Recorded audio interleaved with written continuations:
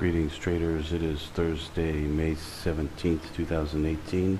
It's late here where I'm at, it's 11:30 at night. I just got home and the trade that I went for earlier had worked off of the code 2 and I just made 20 ticks. I was going to go for 30, but I figured since I got to leave, I'll just do 20, and it made it. And I think it made it to the 32, but I have to go look at that.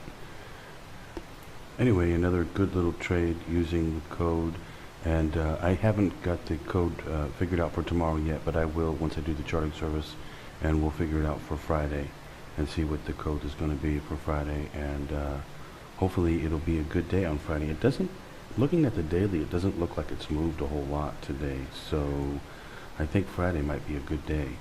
We might get a good, a big day on Friday, maybe like we did a couple Fridays ago.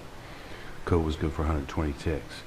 So anyway, I'll be back tomorrow for Friday to do some more trading. Hope you traders are doing well, and I hope you code traders out there, you, especially you charting subscribers, are hitting the trades today. It looked like a few of the codes worked.